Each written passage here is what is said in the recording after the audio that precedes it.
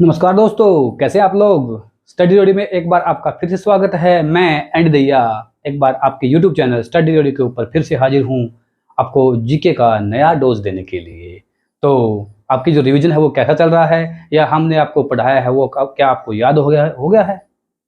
हम पढ़ा रहे थे आपको भारत के जो भू आकृति प्रदेश हैं, वो भू आकृति प्रदेश में हमने हिमालय पर्वत पूरा कर लिया था। किसी को कोई हिमालय पर्वत में दिक्कत नहीं होनी चाहिए। हमने सबको हिमालय पर्वत की चोटी के ऊपर बढ़ा दिया है।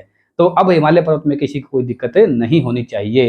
हिमालय का हमने क्या किया था, वर्टिकल भी हमने क्या किया, इसका विभाजन कर लिया और हॉरिजॉन्टल भी कर लिया। हमने पूरे का पूरा हिमालय पर्वत पढ़ लिया। हिमालय पर्वत के ऊपर कोई दिक्कत किसी को नहीं होनी चाहिए। और एक बात याद रखें आप कि जो मैं पढ़ा रहा हूं उसके अलावा आप भी सेल्फ स्टडी अपने जरूर रखिए। अगर आप सेल्फ स्टडी रखते हैं तो आपका क्या होगा, आपका पूरे का पूरा आपको रिवाइज होता रहेगा। तो ऐसा ना हो कि आप मत पढ़ते जाए और पीछे आपका साफ होता जाए, तो ऐसी कोई बातें नहीं है। तो स्टार्ट करते हैं आज की क्लास से। हम पढ़ रहे थे भारत का भू आकृति प्रदेश। भू आकृति प्रदेश में हमने पहला क्या लिया था, इसमें हिमालय पर्वत या पर्वत श्रेणी। सेकंड बताया था मैंने आपको उत्तर का विशाल मैदान। थर्ड बताया था आपको मैंने प्रायद्वीपीय पठार। और फोर्थ था तटीय मैदान और द्वीप समूह। ये चार बताए थे मैंने आपको। इसमें से हमने क्या कर लिया था, हिमालय पर्वत कर लिया था। हमने देखा कि हिमालय पर्वत का सबसे ऊंचा पर्वत ऊंची पर्वत चोटी कौन सी है, भारत में हिमालय की सबसे ऊंची पर्वत चोटी कौन सी है, भारत की सबसे ऊंची चोटी कौन सी है, हिमालय पर्वत को कितने भागों में बांटा जाता है, हॉरिजॉन्टल और वर्टिकल। तो आज आपका नया टॉपिक बनेगा। आज हम नया टॉपिक स्टार्ट करते हैं, उत्तर का विशाल मैदान। क्या आपका उत्तर का विशाल मैदान। तो आज का आपका टॉपिक रहेगा उत्तर का विशाल मैदान। तो चलिए स्टार्ट करते हैं। उत्तर का विशाल मैदान क्या है आपका, उत्तर का विशाल मैदान। तो आज का आपका टॉपिक क्या रहेगा, उत्तर का विशाल मैदान। मैदान क्या है, एक मतलब एक ही तरह का समतल एरिया है, ठीक है, वो क्या है आपका मैदान है। या एक ही तरह का जो मतलब भू ऊंचा हो, चाहे एक ही तरह की धरती है, वो क्या है आपका मैदान है। तो इसमें से मैदान, उत्तर भारत के मैदान को पढ़ने से पहले एक बार हम थोड़ी सी जानकारी इसमें जो इसकी जो बेसिक लेवल की जानकारी है वो ले लेते हैं। तो जैसे ही मैदान कैसे बनते हैं, आपको सभी को पता होना चाहिए मैदान कैसे बनते हैं। जब नदियां पहाड़ों से निकल के आती है तो क्या करती है, अपने रेत मिट्टी कंकड़ पत्थर को क्या करती है, बाढ़ आती है उसको बिछा देती है। उसके बाद बाढ़ जब वापस जाती है वो पानी वापस चला जाता है, लेकिन जो उसके अंदर जो रेत मिट्टी कंकड़ पत्थर पेड़ पौधे सारे अपने अंदर बहा के लेके आती है, वो वहीं पे जमा हो जाते हैं। इससे क्या होता है, मैदानों का निर्माण होता है। तो मैदान सबसे पहले जो नदी है लगा लो, सबसे पहले जो नदी है ये आपका पहाड़ लगा लो। यहाँ पे नदी पहाड़ है, ये नदी यहाँ से निकल के आती है, सबसे पहले निकल के आएगी। तो यहाँ से जो नदी निकल के आती है तो सबसे पहले इस एरिया में आएगी। तो यहाँ पे क्या है, अपने साथ बड़े बड़े कंकड़ पत्थर या बड़े बड़े पत्थर अपने साथ बहा के लेके आती है। वो जो स्टार्टिंग का एरिया होता है तो यहीं पे क्या कर देती है, वो पत्थरों को जमा कर देती है। तो जैसे ही नदी पहाड़ से बाहर निकलती है या पहाड़ से मैदान की ओर प्रवेश करती है, पहाड़ से पहाड़ की तलहटी के रूप में आती है, जो गिरिपाद है उसके अंदर पहाड़ के जो आधार रेखा के साथ में आती है, तो वहां पे क्या करती देती है, जो अपने साथ बड़े बड़े कंकड़ पत्थर बहा के लेके आती है या बड़े बड़े पत्थर बहा के लेके आती है, उसको क्या कर देती है, जमा कर देती है। और जैसे ही वो बड़े बड़े कंकड़ पत्थर जमा होते हैं तो जो नदी का पानी है वो क्या हो जाता है, सारे का सारा उन पत्थरों के नीचे से फैल जाता है। सारे का सारा पत्थरों के नीचे से क्या फैल जाता है, नदी वहां पे क्या हो जाती है, एक बार विलुप्त सी हो जाती है। वहां पे पानी दिखता है नहीं, हमें को क्या दिखेंगे, जो बड़े बड़े पत्थर हैं वो ही दिखते हैं। तो नदी यहां से निकल के आएगी, पहाड़ के जो आधार है वहां पे या जो पहाड़ का जो पद है वहां पे अपने साथ जो बड़े बड़े पत्थर बहा के लेके आती है, उन पत्थरों को क्या करती है, यहाँ पे जमा कर देती है। उस नदी का पानी इसके अंदर क्या हो जाता है, पूरे का पूरा बिखर जाती है, वहां पे क्या जाती है, वो अदृश्य हो जाती है। जैसे यहाँ पे अदृश्य हो जाती है तो इस वाले भाग को हम कहेंगे भाबर कहा जाता है। क्वेश्चन नंबर 1 आज का मोस्ट इंपॉर्टेंट क्वेश्चन है, भाबर किसे कहते हैं? भाबर क्या होता है? जब नदी क्या है, पहाड़ों से निकल के लेके आती है तो अपने साथ बड़े बड़े पत्थर या बड़े बड़े कंकड़ पत्थर लेके आती है, उनको जमा कर देती है और उनके अंदर क्या हो जाती है, नदी विलुप्त हो जाती है। उसे क्या कहते हैं? भाबर क्षेत्र कहा जाता है। क्या कहते हैं हमें? भाबर क्षेत्र कहा जाता है। ये आपका भाबर क्षेत्र। क्वेश्चन आ जाए, नदी जब पहाड़ से निकलती है तो जो पत्थरों के अंदर विलुप्त हो जाती है उस क्षेत्र को क्या कहा जाता है? तो क्या कहेंगे? उसे भाबर क्षेत्र कहेंगे। ये वाला क्षेत्र है, भाबर क्षेत्र है। ये मिट्टी, इसमें मिट्टी तो होती नहीं, आपकी पथरीली मिट्टी होती है वो होती है। ये वाला क्षेत्र है आपका बिल्कुल भी कृषि के लिए उपयोगी नहीं है। सेकंड आपसे पूछ ले, क्या भाबर क्षेत्र कृषि के लिए उपयोगी है? तो आपका भाबर क्षेत्र कृषि के लिए उपयोगी नहीं है। ठीक है, तो नदी क्या करती है, इसके अंदर बिखर जाती है, नदी का पानी यहाँ पे बिखर जाता है, वो नदी क्या हो जाती है, अदृश्य हो जाती है या विलुप्त हो जाती है। क्या कहते हैं? हमें भाबर कहते हैं। समझ आया सभी को? तो जैसे हम देखते हैं कई बार आपने कोई भी चीज हम पढ़ते हैं तो उसको हम लोकल एग्जाम्पल लेके उसको पढ़ना चाहिए। जैसे कई बार अपना पानी बह रहा होता है, ये लगा लो खेत में जाते हैं तो पानी बह रहा होता है, जहां से ट्यूबवेल से पानी निकलता है वहां से पानी गिरता हुआ दिखाई देता है। लेकिन आगे जाके हम क्या करते हैं, जैसे आगे जाके वो पानी अपने साथ क्या होता है, जो रेत मिट्टी कंकड़ पत्थर अपने साथ लेके आता है, तो वहां पे लास्ट में क्या होता है, फैल जाता है। तो वहां पे वो झाग से हो जाते हैं, देखते होंगे वो तो आपको। तो वहां पे क्या होता है, वो पानी वहां पे दिखता नहीं है। तो जहां पे पानी नहीं दिखता है वो भी क्या आपका भाबर का क्षेत्र है।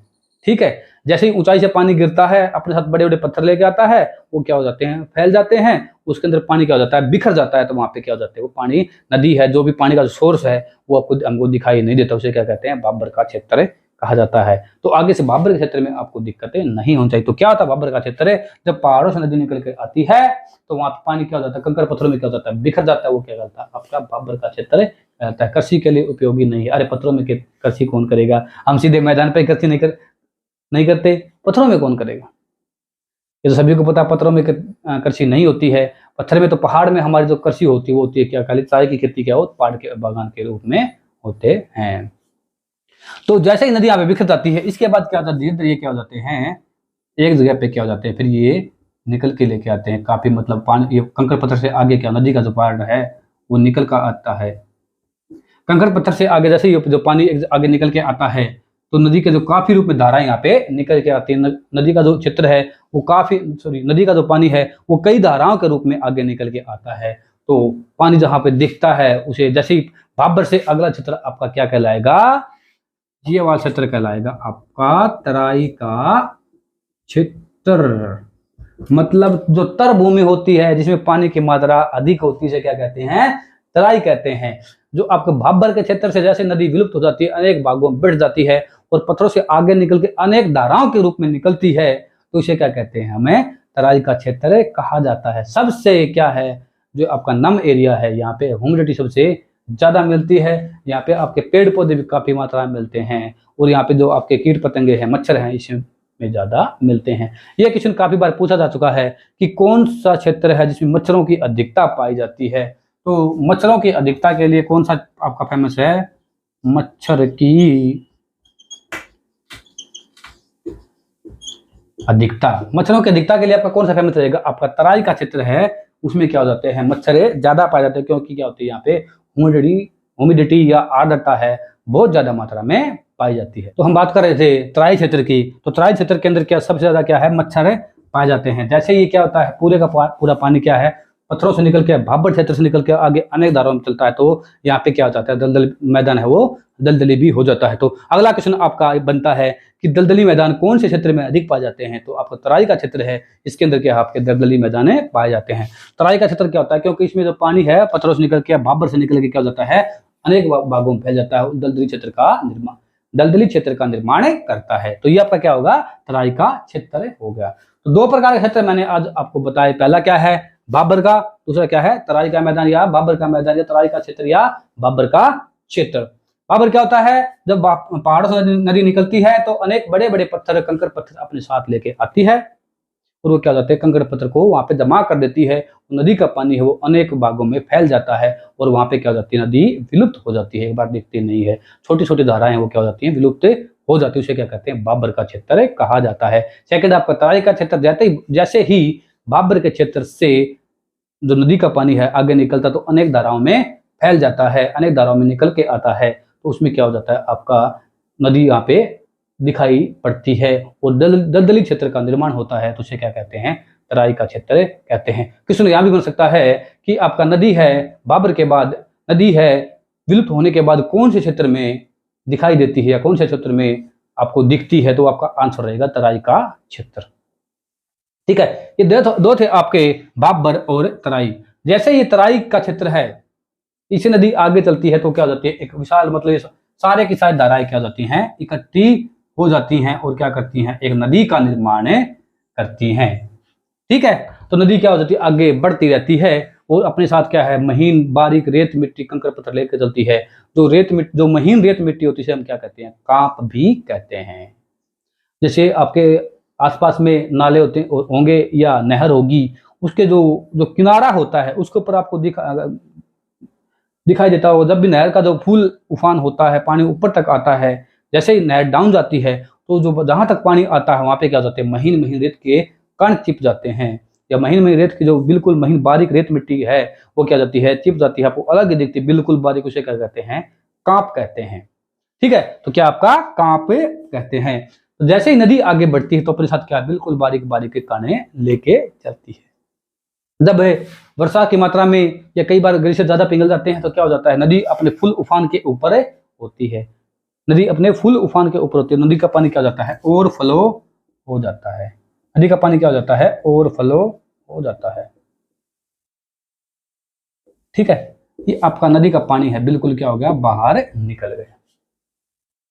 यहाँ पे क्या था आपका भाबर का क्षेत्र, इसके बाद क्या आपका क्या चला, तराई का क्षेत्र। तराई से आगे क्या है, नदी आराम से चल रही थी, नदी में कोई दिक्कत नहीं थी, मतलब बह के सर्पिला कार्य चल रही थी। नदी कैसे कहते हैं, जब क्या है पानी का, नदी कैसे कहते हैं, जब पानी कहते हैं टेढ़े मेढ़े रूप में चले, उसे क्या कहते हैं, नदी कहते हैं। आपसे एक क्वेश्चन भी पूछ सकते हैं, नदी क्या होती है, तो पानी क्या है, एक टेढ़े मेढ़े रूप में चले, उसे क्या कहते हैं, नदी कहते हैं।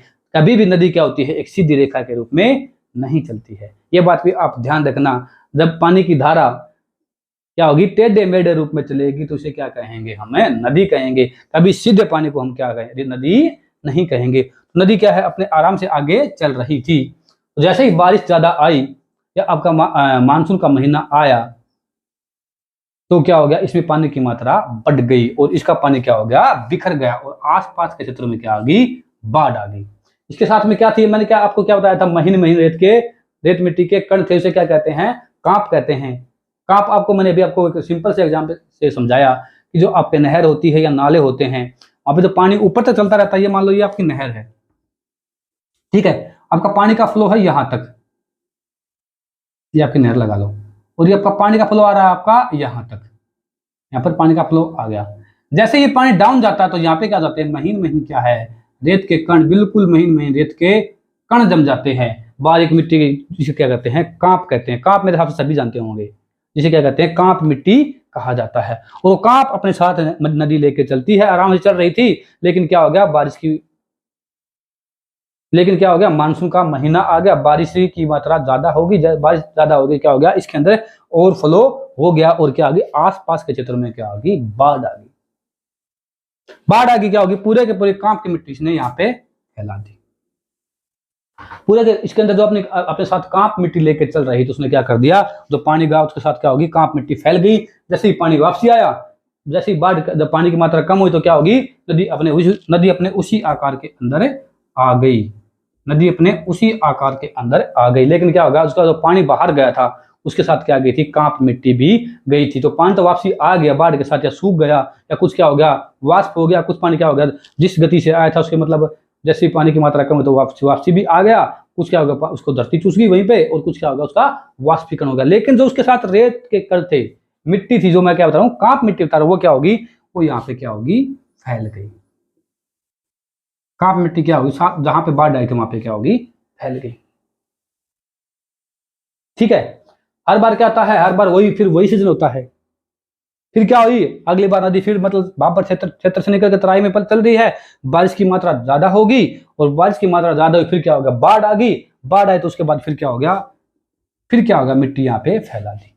तो आप देखते होगे क्या नदी आज मतलब जिस जगह कोई भी बाढ़ आती है वहां से वहां तक हर बार आती है, या वहां तक नदी का बाढ़ का पानी हर बार जाता है? नहीं। आप ये लगा लो कहीं भी आपका नहर टूट जाती है, नाका टूट जाता है, नाला टूट जाता है, खेत में पाइप वगैरह, जो आपका जो रेगिस्तान का एरिया जहाँ पे मतलब स्प्रिंकल खेती की जाती है, फुहारों से खेती की जाती है, तो उसका पाइप निकल जाता है, तो उसका पानी एक बार, ये मान लो 10 बार पाइप निकलता है वो, तो स्टार्टिंग में गया ज़्यादा दूर तक गया, हमने पहले क्या हो गया, पहले संभाल लिया, पहले देख लिया संभाल लिया, दूसरी बार गया तो क्या उससे कम दूर तक पानी गया, तो वही मैं बता रहा हूँ, तीसरी बार गया तो और कम दूर तक पानी गया। तो क्या है, हर बार नदी का जो बाढ़ का पानी है, जो पानी है उसके साथ मिट्टी है, वो हर क्षेत्र में नहीं जा पाती है। तो जो उसके साथ लगने वाला एरिया है, उस हर क्षेत्र में क्या आती है, बाढ़ आती है, या काप मिट्टी है, या अपने उसको क्या कहते हैं, जलोढ़, उसे हम क्या कहते हैं, जलोढ़ भी कहते हैं। काप मिट्टी को क्या कहते हैं, जलोढ़ भी कहती है। नदी अपने साथ जो छोटे बारीक महीन कण लेके चलती है उसे क्या कहते हैं, जलोढ़ भी कहते हैं, या काप मिट्टी भी कहते हैं। तो हर बार क्या करती है, वो यहाँ पे फैला देती है। लेकिन क्या होता है, हर क्षेत्र में हर बार नदी जो बाढ़ का पानी या काप मिट्टी या जलोढ़ है वो नहीं जा पाते। हर बार क्या होंगे, आपके जो जलोढ़ है या काप मिट्टी है या नदी का पानी है, बाढ़ का पानी है, वो हर बार नहीं जा पाता। कुछ जो उसके साथ लगने वाले क्षेत्र हैं, उसके जो बिल्कुल साथ लगने वाले क्षेत्र हैं, जहाँ पे हर बार बाढ़ आती है, हर बार नदी का पानी फैलता है, उसे क्या कहते हैं, उसे कहते हैं हमें खद्दर कहा जाता है। क्या कहेंगे, खद्दर कहेंगे। ये वाला क्षेत्र भी क्या होगा, खद्दर होएगा। ठीक है, क्योंकि यहाँ पे क्या होता है, जो ये वाला एरिया है, यहाँ पे हर बार नदी के बाढ़ का पानी है, कांप मिट्टी हर बार फैलती रहती है।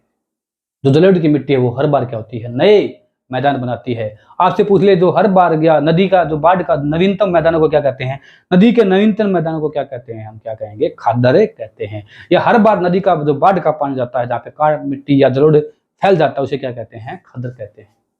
ठीक है, तो ये क्या होते हैं, बिल्कुल नवीनतम मैदान होते हैं। लेकिन क्या होता है, जो दूर का एरिया है, ये वाला एरिया है, यहाँ पे क्या है, नदी का हर बार बाढ़ का पानी नहीं जा पाता। कई सालों बाद क्या होती है, तो बहुत ज्यादा मात्रा में बाढ़ आती है, तभी यहाँ पे क्या पानी ज्यादा जा पाता है।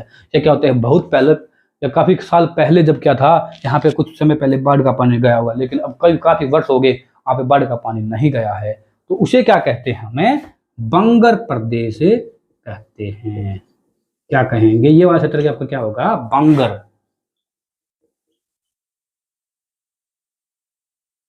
क्या होगा, बंगर। ये वाला क्षेत्र आपका क्या रहेगा,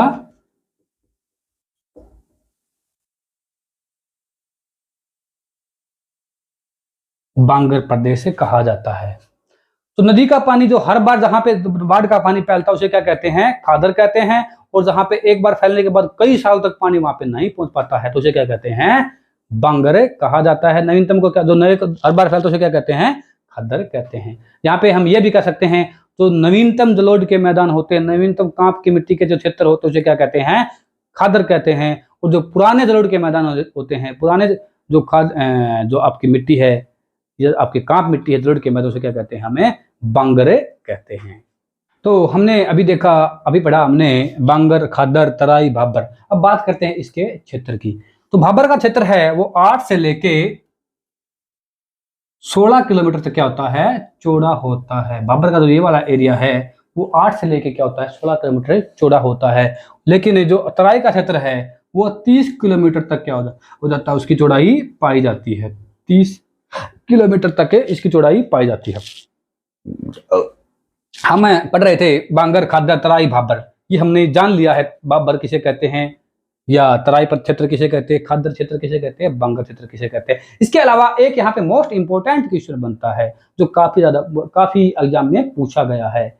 हमने देखा होगा कछारी मिट्टी, कि कछारी मिट्टी कौन से क्षेत्र में पाई जाती है।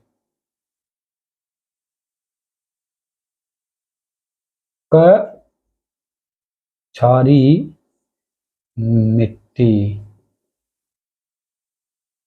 एक बात और ध्यान रखें, जो भी हम पढ़ रहे हैं, भाबर है, तराई है, बांगर, खादर, ये मिट्टी नहीं है, ये क्या है, मैदानों का क्षेत्र है, या जो मतलब इनका क्या बड़े रूप में क्या बताते हैं, एक बड़े मैदान में इनकी किसे कहते हैं?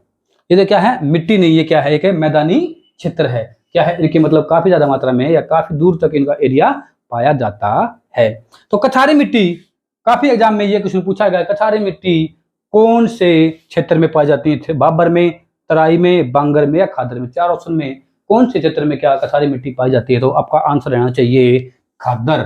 तो खादर में क्या है आपकी, खादर मिट्टी में क्या पाई जाती है, या खादर खादर क्षेत्र में क्या पाई जाती है आपकी कछारी मिट्टी पाई जाती है। क्यों? क्योंकि देखो अपने साथ क्या, मैंने आपको बताया, नदी अपने साथ बहुत ज्यादा मात्रा में पेड़ पौधे, जीव जंतुओं के अवशेष या जो गंध है, कचरा है, और जो बड़े छोटे पत्थर हैं या रेत मिट्टी है, कंकड़ पत्थर है, बजरी अपने साथ लेकर चलती है। जैसे ही बाढ़ आती है तो क्या कर रही है, उसको फैला देगी। तो एक बात बताए, यहाँ से कोई चीज फैलेगी, यहाँ पे ज्यादा रहेगी या यहाँ पे ज्यादा जाएगी? इसके अंदर यहाँ पे मतलब काफी ज्यादा मात्रा में इसके साथ क्या सेडिमेंट है, या काफी ज्यादा मात्रा में इसके अंदर कचरा है। तो जब जैसे ही बाढ़ आएगी तो फैलेगी, तो यहाँ तक दूर तक जाएगी, साथ में क्या होगा, साथ वाला क्षेत्र है, यहाँ पे क्या काफी ज्यादा मात्रा में क्या हो जाता है, कछारी से आप याद रखो, कचरा, जो कचरा यहाँ पे फैला दिया जाता है। तो ये वाला क्षेत्र है, यहाँ पे क्या मिलती है, ये वाला क्षेत्र है, यहाँ पे आपको क्या मिलेगी, कछारी मिट्टी मिलेगी। क्यों? क्योंकि जो इसके अंदर जो कचरा बह रहा नदी के अंदर, वो नदी फैलाएगी तो अपने साथ के क्षेत्र में क्या कर देती है, उसको जमा कर देती है, वहां पे क्या मिलती है, कछारी मिट्टी मिलती है। इसके अलावा अगर बात की जाए उपजाऊपन की, तो आपका जो बांगर प्रदेश है वो खादर की तुलना में क्या हो जाता है, कम उपजाऊ होता है। बांगर प्रदेश है खादर की तुलना में क्या होता है, कम उपजाऊ होता है। अगर बात की जाए इनमें से मतलब ऊंचाई कौन से में ज्यादा होती है, तो जो बांगर प्रदेश हैं वो खादर की अपेक्षा क्या हो जाते हैं, ज्यादा ऊंचे होते हैं। इसी कारण क्या है, यहाँ पे हर साल बाढ़ का पानी नहीं फैल पाता है। क्यों? क्योंकि जो बांगर प्रदेश हैं वो खादर की तुलना में ज्यादा ऊंचे होते हैं, वहां पे हर साल बाढ़ का पानी नहीं जा पाता है। ये था आपका बाबर, तराई, खादर और बांगर। ये थे आपके मैदानी क्षेत्र के पार्ट। कौन से तराई क्षेत्र कौन से होते हैं, बाबर क्षेत्र कौन से होते हैं, खादर कौन से होते हैं, बांगर कौन से होते हैं। नवीनतम जलोढ़ के मैदान कौन से होते हैं या नवीनतम क्षेत्र कौन से हैं, तो आपके क्या रहेंगे, खादर आपका क्या रहेगा, नवीनतम जलोढ़ का मैदान रहेगा। ठीक है। इसके अलावा बात की जाए बांगर की, क्या है, आपके पुराने बाढ़ के मैदान हैं। तराई में क्या मिलती है, बहुत ज्यादा मात्रा में क्या पाया जाता है, यहाँ पे मच्छरों की अधिकता पाई जाती है। दलदली क्षेत्र भी क्या है, यही है। नदी क्या हो जाती है, अदृश्य कहाँ पे होती है, बाबर क्षेत्र में क्या हो जाती है, नदी अदृश्य हो जाती है, नदी दिखाई नहीं देती है। ये था आपका नदी के जो क्षेत्र हैं या जो मैदान के क्षेत्र हैं उनको कितने भागों में बांटा जाता है। ठीक है, हम पढ़ रहे हैं उत्तर भारत का मैदान। ये था आपकी बेसिक सी नॉलेज कि नदी का जो सात वाला क्षेत्र है, इनको पूरे का पूरा ये मैदान तो होता ही है, पूरा क्या होता है, मैदान होता है। लेकिन मैदान के भी क्या है, कुछ पार्ट हैं। कौन से, तराई क्षेत्र, बाबर क्षेत्र, बांगर क्षेत्र, खादर क्षेत्र, क्या है, अलग अलग क्षेत्र हैं। अब दो और बचते हैं। इससे अगर आपका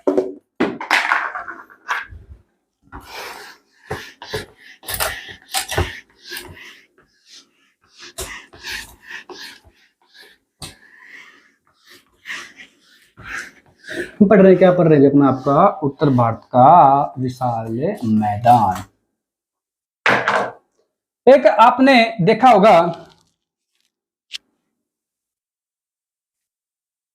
जो जहां पे चिकनी मिट्टी या दोमट मिट्टी ज्यादा पाई जाती है, वहां पे क्या होता है, या जहां पर खाद की या सिंचाई की मात्रा ज्यादा होती है, या खाद की मात्रा ज्यादा डाल जाती है और सिंचाई क्या होती है वहां पे ज्यादा होती है। कौन से क्षेत्र हैं जहां पे, यह भी क्वेश्चन काफी एग्जाम पूछा गया है कि भारत के कौन से दो राज्य हैं जहां पे सिंचाई और उर्वरक ज्यादा मात्रा में डाले जाते हैं। तो हरियाणा और पंजाब का जो क्षेत्र है, यहाँ पे क्या हो जाते हैं, काफी ज्यादा मात्रा में सिंचाई की जाती है और उर्वरक भी या खाद भी काफी ज्यादा मात्रा में डाली जाती है। ठीक है। तो जैसे ही यहाँ पे काफी ज्यादा मात्रा में खाद डाली जाएगी और बार बार सिंचाई की जाती है, तो वहां पे क्या हो जाता है, तो जमीन होती है उसके ऊपर एक हल्की सफेद रंग की क्या हो जाती है, परत जमा हो जाती है। जमीन के ऊपर क्या होता है, एक हल्की सफेद रंग की परत, सफेद रंग की परत है वो क्या हो जाती है, जमा हो जाती है। किस कारण से होती है, वो काफी ज्यादा मात्रा में पानी डालने से और उर्वरक डालने से क्या हो जाती है, उस जमीन के ऊपर क्या हो जाती है, सफेद रंग की एक परत जमा हो जाती है। तो उस सफेद परत को या ऐसी मिट्टी को हम क्या कहते हैं, रेह कहा जाता है। ऐसी मिट्टी को क्या कहते हैं, तो ऐसी मिट्टी को क्या कहा जाता है, रेह कहा जाता है। क्या कहते हैं, रेह कहते हैं। और कई जगह भी इसको क्या कहते हैं, कलर भी कहा जाता है। ठीक है, तो कि आगे से आपको, आपने कहीं देखा होगा, आप कभी हरियाणा या पंजाब में घूमने गए हों, तो वहां पे क्या हो जाती है, तो मिट्टी के ऊपर क्या हो जाती है, नमकीन पर क्या हो जाती है, वो सारी होती है या जो बेसिस होती है क्या होती है, नमकीन परत या सफेद कलर की क्या है, मिट्टी के ऊपर परत जमी रहती है। और काफी ज्यादा मात्रा में ये देखा जाता है, जो आपके धान की खेती की जाती है उसके अंदर, या जो आपका जो ईख की खेती की जाती है, या जो वो उस क्षेत्र में क्या होती है, गेहूं की खेती की जाती है, उनमें क्या होता है, काफी ज्यादा मात्रा में पानी डाला जाता है और उसमें क्या खाद भी ज्यादा डाल जाती है। जैसे खाद और पानी ज्यादा डालेंगे तो क्या हो जाएगा, उसमें क्या हो जाता है, जो नमकीन है, जो उसके अंदर जो जो नमक की मात्रा है, जमीन के अंदर नमक की मात्रा वो क्या हो जाती है, धीरे धीरे ऊपर आना स्टार्ट कर देती है। जो पानी है वो तो क्या जाता है, उसका तो वाष्पीकरण हो जाता है, लेकिन नमक है वो जमीन पे वहीं के वहीं रह जाता है। तो एक सफेद सफेद परत बन जाती है। उसे क्या कहते हैं हम, रेह या कलर मिट्टी भी कहा जाता है। रेह या कलर के क्षेत्र भी कहते हैं। रेह या कलर का क्षेत्र भी कहा जाता है। आगे से रेह और कलर के बीच में भी कोई दिक्कतें नहीं आनी चाहिए। इसके अलावा जो धीरे धीरे क्या होता है, वो जो नमकीन परत है उसका क्या हो जाता है, अपक्षय हो जाता है, या उसका क्या हो जाता है, वो ऊपर से हट जाती है। जो नमकीन परत थी यहाँ पे, अपने यहाँ पे मतलब इसके ऊपर नमकीन परत जमी हुई थी व्हाइट धरती के ऊपर, तो क्या हो जाता है, वो क्या हो जाती है, उसके ऊपर से उठ जाती है या हट जाती है। तो वहां पे क्या हो जाते हैं, छोटे छोटे क्या हो जाते हैं, कंकड़ पत्थर निकल के सामने में उभरते दिखते हैं। तो आपने देखा होगा कई जगह क्या होती है, छोटी छोटी पतली जमीन भी होती है। जो आपका सिंपल आपका एरिया होता है, जो आपकी मिट्टी का जो क्षेत्र है, वहां पे क्या हो जाता है, पहले तो क्या होती है, वो सफेद परत जम जाती है और धीरे धीरे क्या हो जाती है, वो सफेद परत नष्ट हो जाती है। तो वो क्या जाते हैं, वहां पे छोटे छोटे कंकड़ नीचे दिखते, जमीन के अंदर दिखते हैं। उसे क्या कहते हैं, हमें बूढ़ कहा जाता है। बूढ़ क्या कहते हैं, बूढ़ क्षेत्र कहा जाता है। कौन क्षेत्र है, बूढ़ क्षेत्र। बूढ़ क्षेत्र किसे कहेंगे, कि जो नमकीन परत होती है, रेह या कलर होती है, तो धीरे धीरे क्या समय के साथ क्या हो जाता है, वो नमकीन परत क्या हो जाती है, नष्ट हो जाती है या हवा के साथ उड़ जाती है। तो उसमें क्या हो जाता है, उसके अंदर जो छोटे छोटे कंकड़ पत्थर, नुकीले पत्थर, छोटे छोटे कंकड़ पत्थर है, उस जमीन के अंदर दिखने लगते हैं और वो जमीन है वो क्या हो जाती है, नुकीली हो जाती है। उसे क्या कहते हैं, हमें बूढ़ कहा जाता है। इसमें कोई किसी को दिक्कतें नहीं होनी चाहिए। तो आपको अगर आज की क्लास अच्छी लगी हो तो एक बार वीडियो को लाइक कर दें, चैनल को सब्सक्राइब कर दें और लिंक को शेयर जरूर कर दें। तो आशा है आपको आज की क्लास अच्छी लगी होगी। और काफ़ी स्टूडेंट्स के एक एडवाइस आ रही थी, सर आपकी आवाज़ क्लियर नहीं आ रही है। तो शायद आवाज़ की आपकी जो आवाज़ जो गूंज रही थी, तो उसका हमने हल निकाल लिया है। हम माइक नया लेके आ गए हैं, तो क्या है, आपको आवाज़ में भी कोई दिक्कतें नहीं आनी चाहिए। अब तो जैसे जितनी मेहनत है मैं कर रहा हूँ, उतनी मेहनत आप करो तो आपको कामयाबी अवश्य मिलेगी। तो जुड़े रहिए हमारे यूट्यूब चैनल स्टडी रेडियो के साथ और जीके का डोज लेते रहिए। Thank you, have a nice day.